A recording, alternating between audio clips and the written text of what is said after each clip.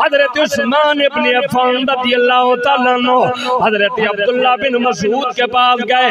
عمر کا آخری زمانہ تھا, غریب الحال ہے, نبی پاک صلی اللہ علیہ وسلم کے بڑے جیت سے ابھی ہیں, آخر کے اندر بڑی بیماری والی کیفیت ہے, جوان بچیاں بھی موجود ہیں. حضرت عثمان بڑے سخی ہیں. نبی پاک علیہ السلام نے فرمایا لکل نبی رفیقی رفیقی فی الجنت عثمان.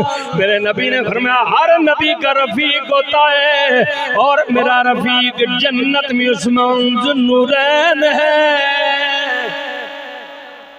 وہ حضرت عثمان گئے صحابی رسول کے بعد اشرفیوں درموں دیناروں کی ایک تھیلی پیش کی, کہا میرے بھائی یہ تھیلی یہ رقم رکھ لے, تیری جوان بچیاں ہیں, یہ پیسہ تجھے ضرورت آئے گا.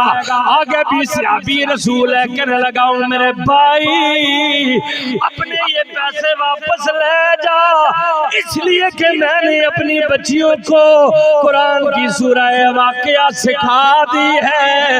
اور کملی والے نے فرمایا جس گھر کے اندر مغرب کے بعد قرآن کی سورہ واقعہ ایک بار پڑھی جاتی ہے, اللہ اس گھر میں خوشحالیاں عطا فرما دیتا ہے. جاؤ میں نے بچیوں کو سورہ واقعہ سنا دی ہے. آج ہم سوچیں کتنے لوگ ہیں جو گھر میں جناب ایک بار سورہ واقعہ کی تلاوت کرتے.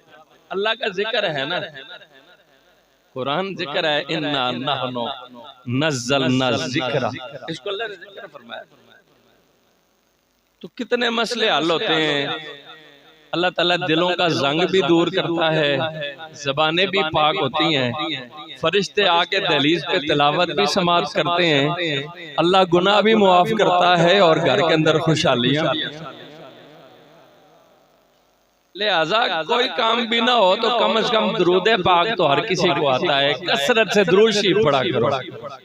جو بندہ کثرت سے درود پڑھتا ہے اللہ اسے بھی خوشحالیاں عطا فرماتا ہے, اس بندے پہ رحمت نازل ہوتی ہے.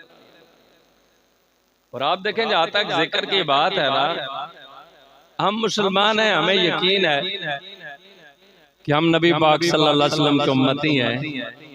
اللہ اس ذکر کا صدقہ ہماری بخشش ضرور فرمائے گا.